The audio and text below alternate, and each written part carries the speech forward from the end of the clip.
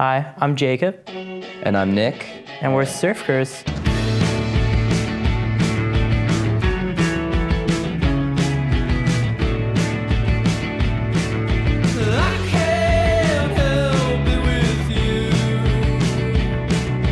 All right, what do I got?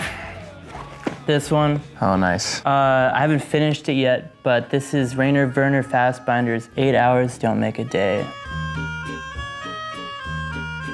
A TV series, and it's about a family and just them like kind of being pushed down by the society that it's surrounded by, and the family overcomes obstacles, and it's really, really beautiful and incredible, and each story is just like, you fall in love with every single character. It's really good stuff.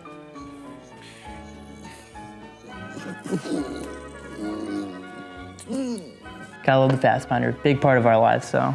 Definitely. Yeah. This is like his most... it's like his happiest His happiest one. Yeah, supposedly, everything he makes is just so depressing. Yeah, like it always ends. And this is like a family comedy drama. Nein, Oma. Yeah, it's a good pick. This is the first one I wanted to grab. Yeah. Cassavetes, Love Streams. Been watching every Cassavetes movie recently, and this is definitely his best one. It's such a crazy, strange, beautiful movie. Who the fuck are you? It makes you think about all of your interactions with everyone you've ever met, and just like your interactions with society and how people treat each other. Like Cassavetes always structured his films so that like the acting was first and the story was second. So the story is kind of strange, but it's just these really beautiful, vulnerable interactions between people. Man, I didn't know I was going to be here. I didn't know you were going to be. I didn't know I was going to be. Hi. It's funny because most of this director and this director's films are really fucked up, but this is like his most lighthearted and and jovial. Do you want mustard or ketchup? Well, some people think that's my best joke. Love Streams. Love Streams.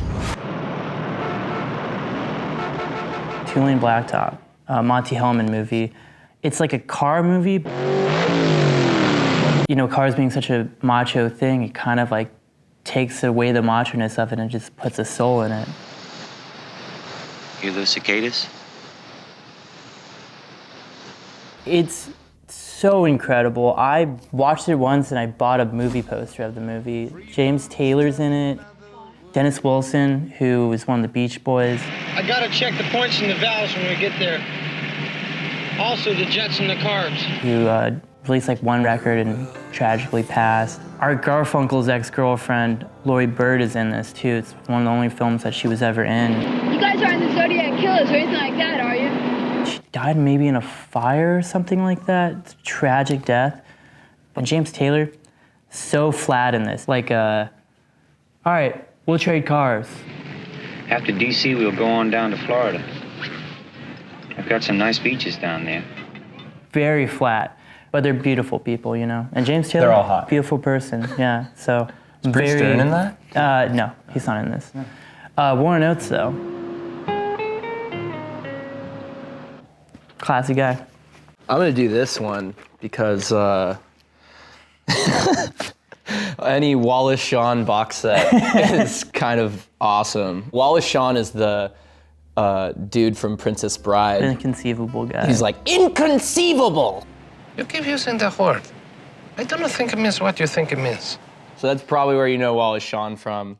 But him and Andre Gregory are these like old school New York theater dudes, and they made a movie with Louis Malle called My Dinner with Andre, which is like one of the best movies ever made. It's just these two theater people talking about their lives, and one of them, his version of theater is just this, he gets like buried alive and resurrected, and he goes through this whole thing, and then Wallace Shawn is like, that sounds a little too extreme, and then they talk about like what theater is and what life is. And see, I think it's quite possible that the 1960s represented the last burst of the human being before he was extinguished.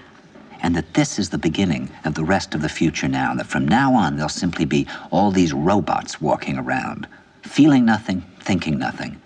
They like predict the internet, and it's like so good. But the box set actually comes with 2 movies that I've never seen that they made after My Dinner with Andre, called A Master Builder. No, Jonathan Demme did this one. Whoa, wow. That's his last movie. That's even cooler. So I suppose you must have quite a few children then. No, we don't have any children. But in the meantime, you can be our child. So you got a Demme movie, and I don't know, Vanya on 42nd Street. It's just like them filming a pre-rehearsal for a play. So they're all dressed in like normal clothes, and Julianne Moore's in it. Are you happy? No. I knew you weren't. Love her. So yeah, very excited about this find. America Lost and Found, the BBS story. This guy, Bob Rafelson, helped discover the Monkees.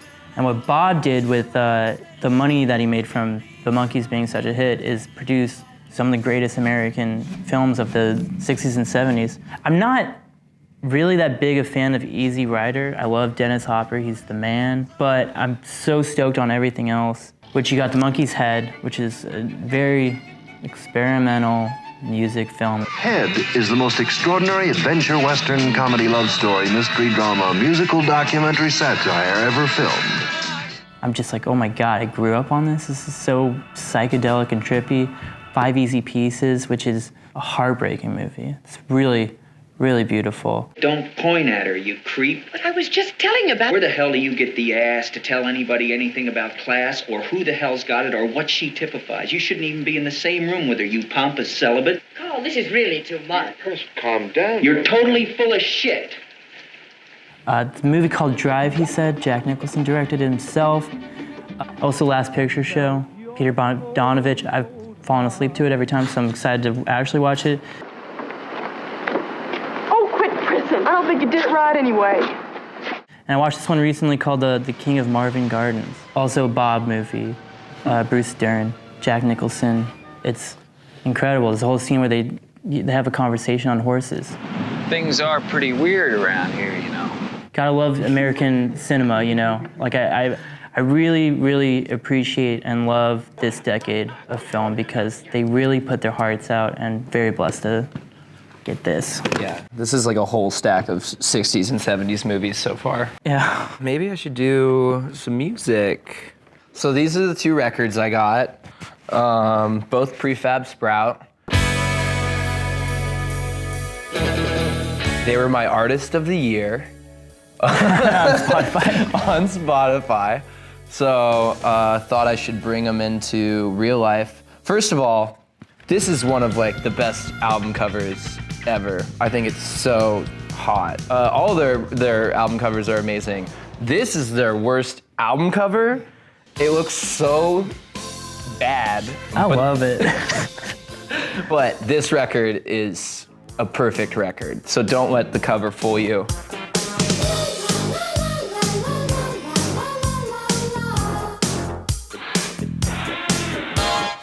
Prefab is like one of the best bands ever. Truly. For the longest time, I used to make fun of our friend Jackson Katz because he was really into them, and I would always say like, "Who is this, Matchbox 20?" Because when you first hear it, you're kind of like, it does just sound like kind of cheese ball.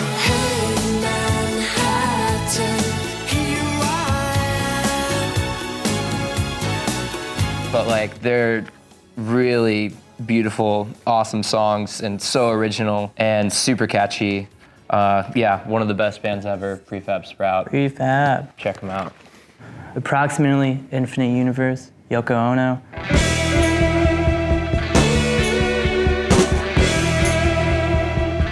She's my hero, she's my idol. I love everything that she does. This record is perfect. Like every song on this record is just like, oh my God, Yoko, what are you doing to me right now? You're driving me crazy with this song. I was looking for something in the closet. I was sure it would be there.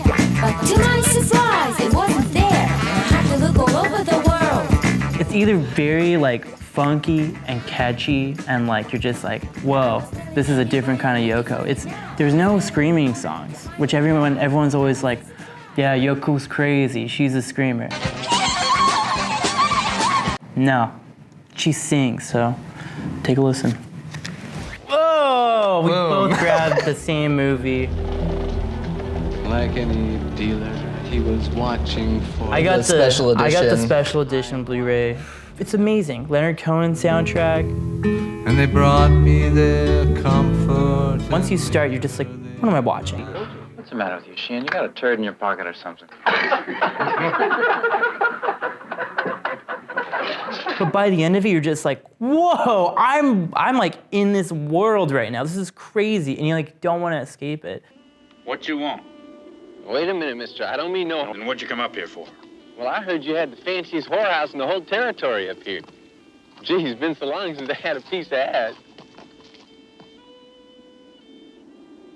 Well, you come on up here. I'll show you what you're looking for. You know, everyone always criticized Altman's stuff because he was the first person to have like conversations over other conversations. You can never really hear like what people are saying. That's what's a little frustrating. And about it's a those little movies. like the first I think 10 you get minutes of used this to it. movie is like a parlor scene where Warren Beatty's just walking like setting up a gambling game and everyone's talking over him and you just have no idea what the hell anyone's talking about. And that was that. That was a Swedish. Swedish. Bit of rag. So cheapy squeezes out the bar rag. That's what it's like to like walk into a bar and you're just like kind of there with all these people and it's so beautiful. This movie just like sucks you in and makes you feel like you're a part of this time. Funny we both grabbed this one, McCabe and Miss Miller. Following it up with a quick, another Robert Altman classic, Nashville. You get your hair cut. You don't belong in Nashville. Didn't like it. Didn't like it? Didn't like it. What? Did you finish it? I did. Didn't like it. Didn't like it. I'll never get enough, I'll never get enough, I'll never get enough of you. The worst singer I ever heard. See, it's kind of hard to get through. It's like 3 hours, but the ending just kills me. Daddy singing his old army songs. We laugh and count horses as we drove along. You didn't like the ending? Oh my God. The ending is the best part of this movie. Best part of the movie was when it was over. Yeah, truly. The last DVD I got, Breaking the Waves, mostly for Emily Watson. Her performance in this movie is one of the best acting performances that I've ever seen, and it was her first movie that she ever did.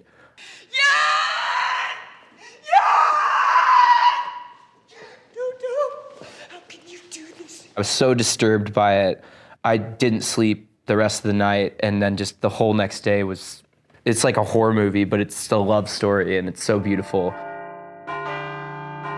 Very impactful movie, amazing. And then All That Heaven Allows, the Douglas Sirk movie. Oh, sick. Yeah, beautiful Technicolor. Usually when we're writing songs or just like messing around with instruments, we'll put on like a movie. We both have like VHS players, put it on silent. And this is like such a strikingly beautiful movie. Douglas Sirk actually inspired Full Circle. Fassbinder. Fassbinder saw Written on the Wind and was like, I want to make Douglas Sirk style movies. So it's all in conversation with each other, folks. Yeah, I mean, the reason why we have more movies than music, and a lot of people are like, well, what bands inspire you? It's like, what's the films that inspire us? You know, we really like want to make music that feels like a soundtrack or can pick up an emotion like from a film.